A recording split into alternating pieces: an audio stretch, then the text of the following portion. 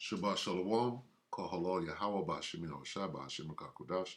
Double honor to the elder apostles of GMS, including the elders that came before them that taught us His truth. And Shabbat Shalom to all the brothers out pushing the word in truth and in sincerity, the hopeful elect, Tabernacle of David. I'm the brother Yahshua. I'm back with the WW3 Daily Update. We're going to start right here in 2nd Ezra 15 and start at where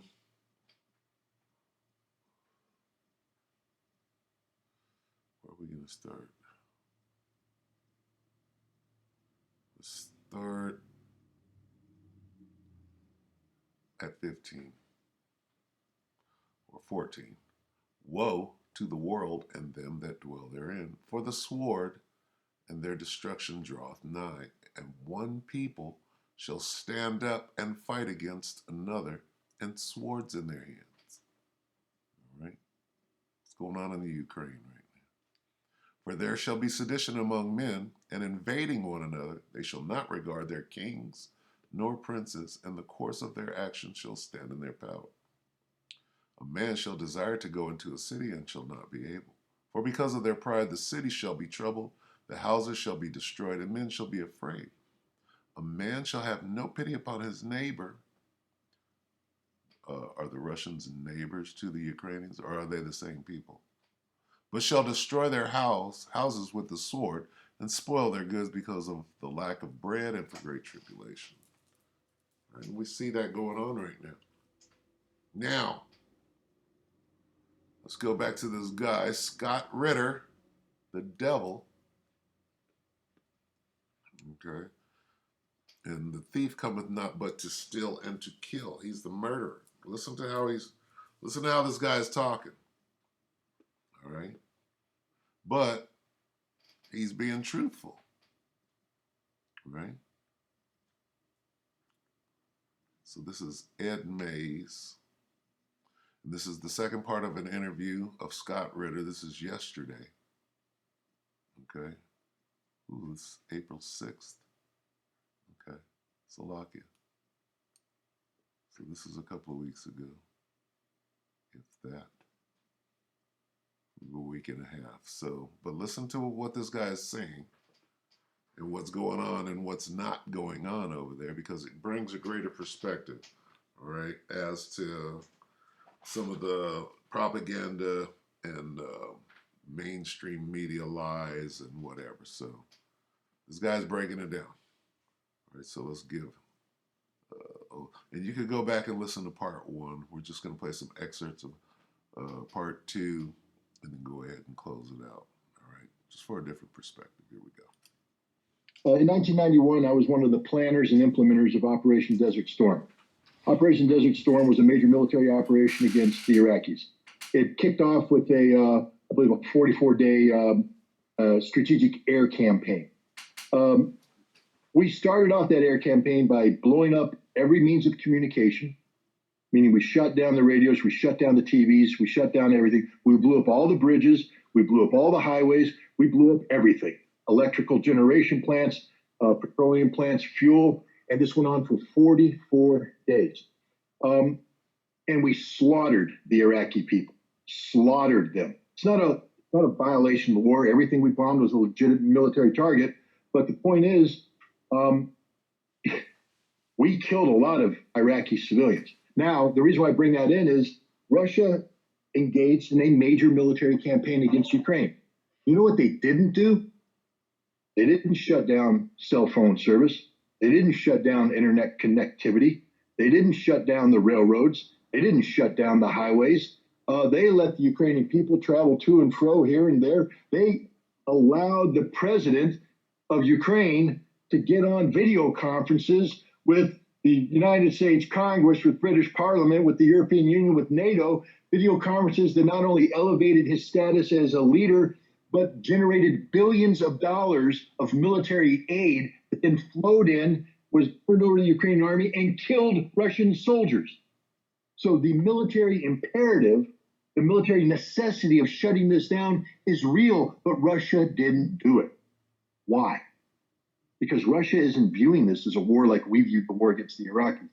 Russia is viewing this as a special military operation. People make fun of that word, but it's not war, because if it was war, Ukraine would be gone today, eliminated. You wouldn't recognize it.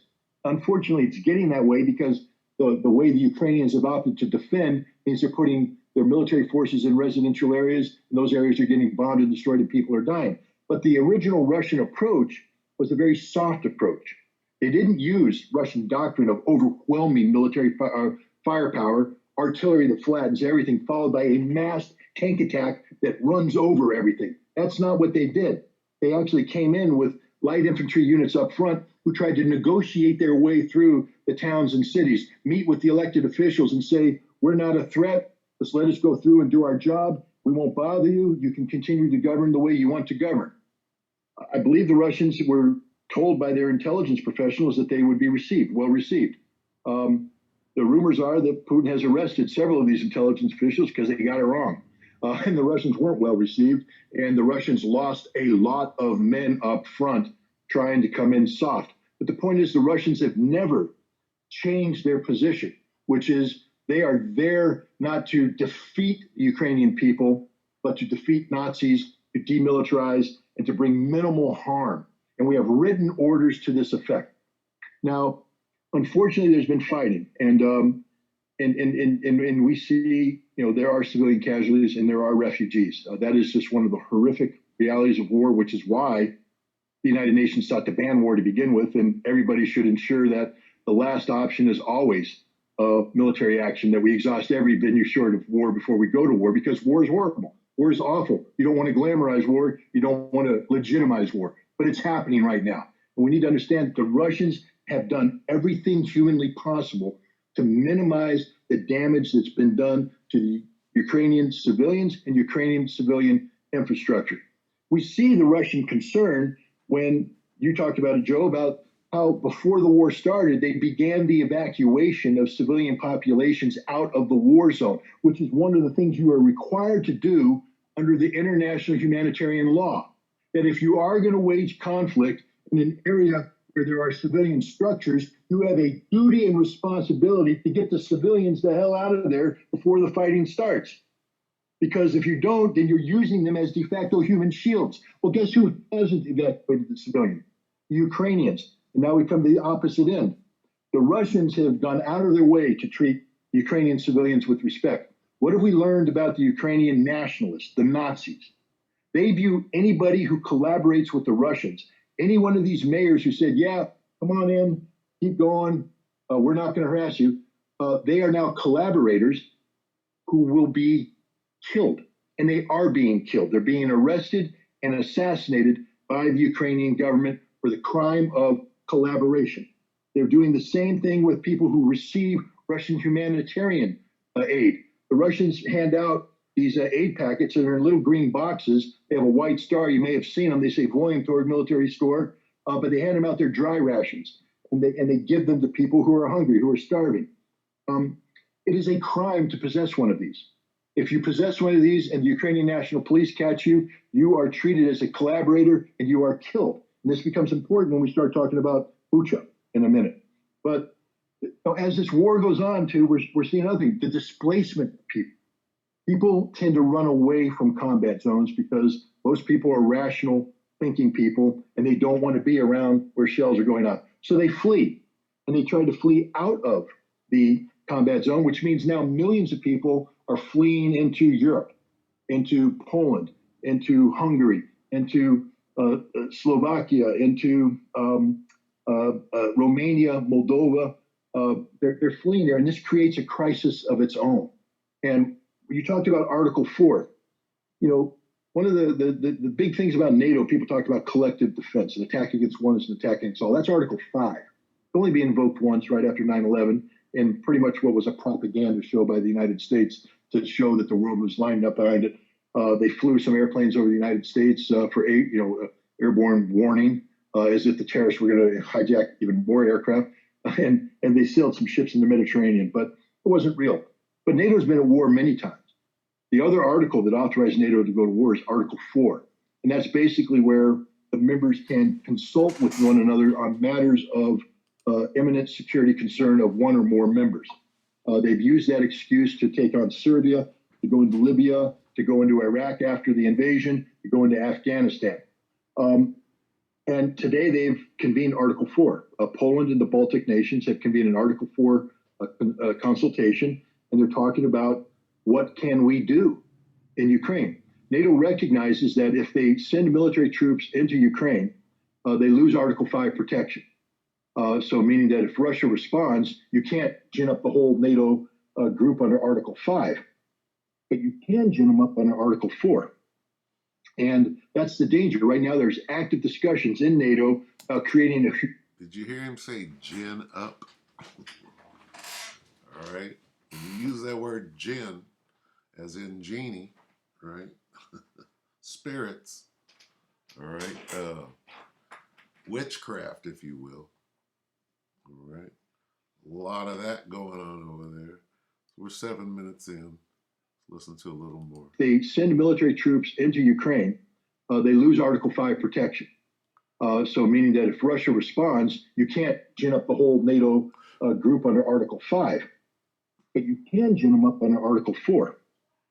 And that's the danger. Right now, there's active discussions in NATO about creating a humanitarian buffer in Western Ukraine so that these refugees don't come into Europe proper. They're held in place in Western Ukraine, but they need to be protected, so NATO troops will come in. Initially, people said, well, that's insane, because if you do that, the Russians are going to attack, and now we find ourselves where two nuclear-armed opponents are facing off against each other at a time when they're both talking about using nuclear weapons. So there's been a lot of hesitation about getting people involved. But as this war progresses, and I believe it's going to get far worse before it gets better, there's going to be even more humanitarian pressure on Europe in the form of this wave of refugees, and there will be more pressure on Europe to do something about it, to include putting a buffer zone in that could lead to force-on-force conflict with Russians. But all right, good enough. So if this was in Africa, it would be a non-issue. But because this is dealing with those people in that area, right? Hey, it's going to get a lot of attention. This is going to be the subject of very serious concern, all right? Because there is a war going on in Africa right now that nobody even knows about, right? Oh, you playing the race card. Why are you playing the race card? No, I'm playing the truth card, all right? This guy reports on what's going on in Ethiopia, okay? Eritrean army buildup near northern Tigray an hour ago. Did you know about this? Okay, he's dealing with Russia and Ukraine. But what's this? Battlefield Ethiopia. Okay, Battlefield, he's reporting on the major wars going on right now. All right, this is Military and Foreign Affairs Network, the voice of reason. Well, let's listen to a little bit. Of course, this mosquito ball. Come on here, okay. Voice of reason. Good day, everybody, and welcome to another edition of the Military and Foreign Affairs Network. I am your host, the voice of reason. Today, we are continuing our coverage of the ongoing civil war taking place inside of the former state of Ethiopia. Why does nobody know about this? I know about it. Yeah, you're one person. Why is this not on mainstream media everywhere that there's a war going on in Africa, okay, or Ethiopia? Why does no one know this? Because like I said earlier, all right, this is a non-issue to those that run the networks. In other words, they don't want you to know about this. And there had been some comments recently in the comment section, and some general inquiries about the reported ongoing buildup by the Eritrean army to the north of the Tigray region. Specifically, we have seen some Eritrean forces moving into and have been in the Afar region. Obviously, there are Eritrean forces to the north of Adigrat near Zalambesa, and we continue to see Eritrean forces to the northwest of Shiraro, and obviously there are Eritrean forces currently stationed in western Tigray, specifically Humera. Okay, so why is this an issue? All right. Okay. Well, the same thing going on in Eastern Europe is going on here. It's a civil war. All right. There's a civil war going on over there between the Russians and the Ukrainians, who are the same people. Okay. That's all still the Soviet Union. According to Vladimir Putin, like, these are my people up here. I'm still running the shit. All right. Well, what does the Bible say? Okay, because if you think that this is just not a proxy war, and that on one side, right, are the allies of the Russians, on the other side are the allies of NATO, the EU, and the whore that sitteth upon the beast. It's the same war. What's going on in Syria? Same thing. All right, so we'll quickly go to let's quickly go to Ezekiel and point this out. Who is these Ethiopians allied with? Okay. Well, let's find out what God says. Yahweh Hashem Yahushua. Okay. It's Ezekiel 38, and we'll start at 2. Son of man, set your face against Gog, the land, and prophesy against him, and declare, this is the Berean, and declare that this is what the Lord power says. Behold, I am against you, O Gog, chief prince of Meshech and Tubal, and I will turn you around and put hooks in your jaws, and bring you out with all your army, your horses, your horsemen, in full armor, and a great company armed with helmets and shields and bucklers, and all brandishing their swords. Now I gotta go to KJV, because if we look at just this, you won't understand what I'm saying. So let's go to KJV, go to 5.